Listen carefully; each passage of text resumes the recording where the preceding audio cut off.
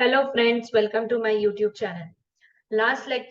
Last YouTube video में हमने देखा था थोड़े से 15 क्वेश्चंस आरपीएससी से एटीपी के रिलेटेड। इस बार फिर से हम और 15 क्वेश्चंस देखेंगे, थोड़े से ट्विस्टेड, डिफिकल्ट, और वो आपको बहुत हेल्पफुल होंगे ये एग्जाम के लिए। सो देखिए, first question is when any local area is declared और included in a municipality, the election of the member for the area shall be. अब देखिए, ये कंसेप्ट समझते हैं हम पहले। अगर कोई दो म्युनिसिपैलिटी है, अगर वो एक में आ रहे हैं या कोई एक आधा छोटा सा पार्ट उसमें इंक्लूड हो रहा है, तो उसमें जो इलेक्टेड मेंबर है उनका क्या होता है, पहले हम वो देखते हैं और फिर उसमें इलेक्शन कब होना चाहिए, इसका जो आंसर है वो बताऊंगी मैं आपको। सो देखिए, जब भी अगर कोई पार्ट, एक पार्ट में दूसरा पार्ट अगर इंक्लूड होता है, एक आधे म्यूनिसिपैलिटी में एक छोटा सा पार्ट इंक्लूड हो रहा है, तो उसके जो भी head, vice means head, chairman, vice chairman और मेंबर्स रहेंगे, वो अब नॉर्मल मेंबर बन जाएंगे। और जब भी 6 महीने बाद इलेक्शन होगा, then it is going to decide who will be the chairman, who will be the vice chairman.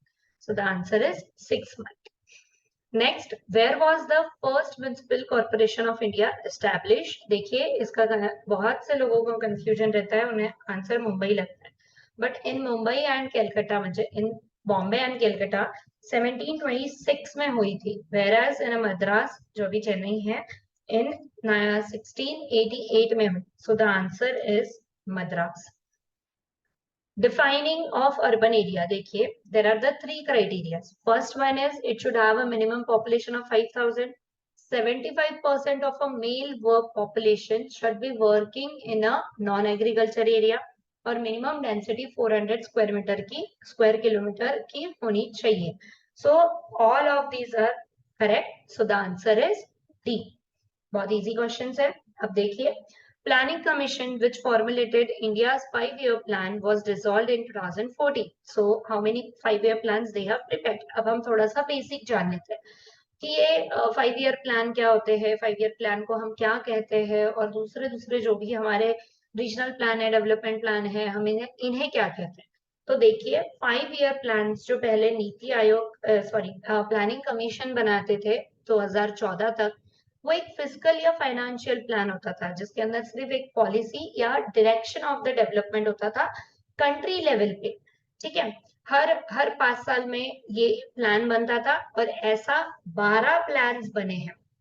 2014 में प्लानिंग कमीशन डिसॉल्व हो गई और नीति आयोग बोलकर, न्यू थिंक टैंक बोलकर एक इंस्टीट्यूट आया, जो it works as a think tank, और अब प्लानिंग कमीशन नहीं रही, अब वो डिसॉल्व हो चुकी है।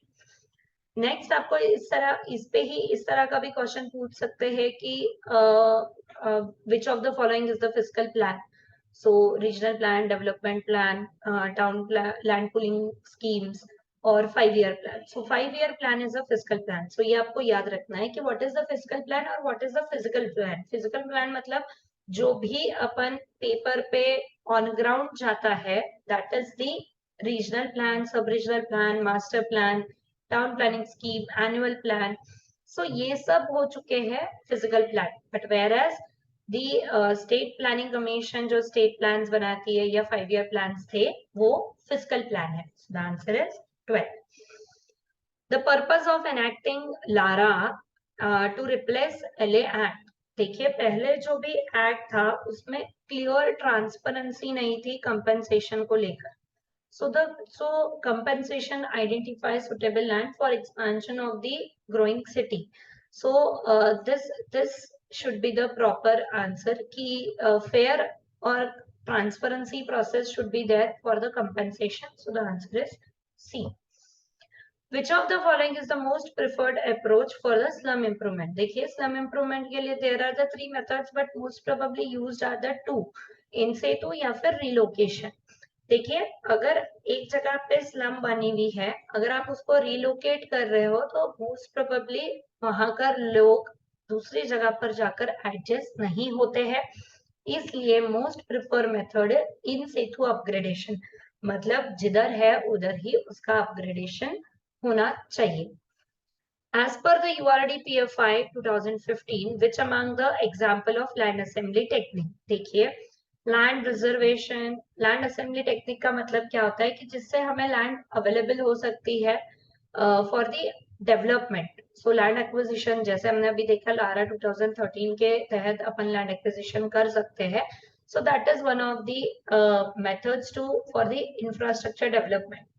सिमिलरली अपन ने देखा था लैंड पूलिंग एक्ट, जो भी है जिसके तहत अपन लैंड पूल कर सकते हैं, रिकंस्टिट्यूट करके रिटर्न बैक कर सकते हैं.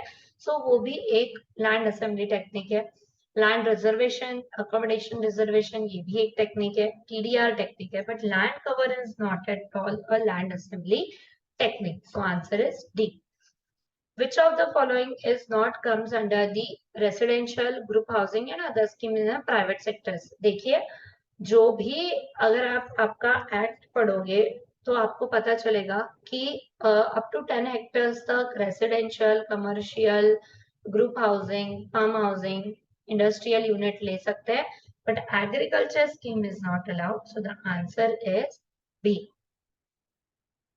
In determining whether a building is unfit for human habitation, which of the following is not at all a criteria? देखिए, ऐसा घर जहाँ dampness नहीं रहनी चाहिए. So yes, free from the dampness is should be there. Water supply रहना चाहिए, drainage, sanitary condition रहना चाहिए, but it is not necessary that the number of floors should be more. So yes, the answer is D. Housing survey on a structural condition is for. देखिए, हमने पिछले ही lecture में ऐसा देखा था कि डिलैपिडेटेड कंडीशन में जो भी है उसको आप unfit for the human habitation बोल सकते हैं.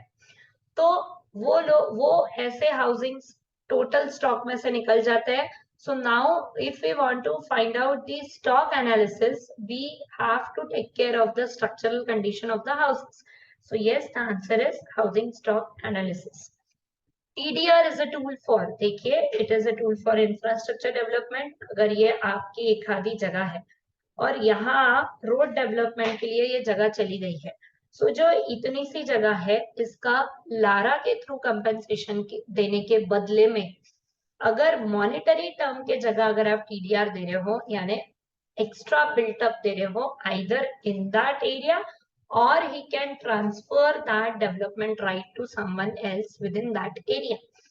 So that is known as the TDR tool. और ये यूज होता है इंफ्रास्ट्रक्चर डेवलपमेंट के लिए. Next question is development that meets the needs of the present generation without compromising the ability of the future generation. मतलब आज की जो हमारी नीड है वो हम पूरी कर रहे हैं, बट उसमें हमने फ्यूचर में जो लगने वाले चीजें हैं उसको विदाउट कॉम्प्रोमाइज किए. So that is known as the sustainable development, which is very famous word, और ये इसका आंसर है sustainable development. The instrument that provides the standard for land development by indicating the plot size and the layout, that is the zoning regulation. RERA is a real estate regulatory authority, और RERA के तहत अब हर builder को अपनी property RERA में दर्ज करना पड़ता है और कितने टाइम बाद आप उसे अवेलेबल करोगे फॉर द ऑक्यूपेंसीज, तो वो सब डिटेलिंग रेरा में लिखा होता है. The last question is planning commission is renamed as. ये हमने फर्स्ट क्वेश्चन में ही देखे थे कि ये डिसॉल्व हुई है 2014 में और उसका नाम आ चुका है नीति आयोग. आई होप आपको ये वाले भी एमसीक्यूज बहुत हेल्पफुल होंगे एग्जाम में. सो ऐसे ही बहुत हर एक टॉपिक को लेकर जितने भी एमसीक्यूज हमने निकाले हैं एजुफेस्ट एकेडमी के ऐप पर, वो आपके लिए अवेलेबल किए हैं. आपके लिंक मैंने डिस्क्रिप्शन बॉक्स में डाली है, वहां से डाउनलोड कीजिए और टेस्ट सीरीज आपके लिए अवेलेबल है on our app. Thank you, thanks a lot.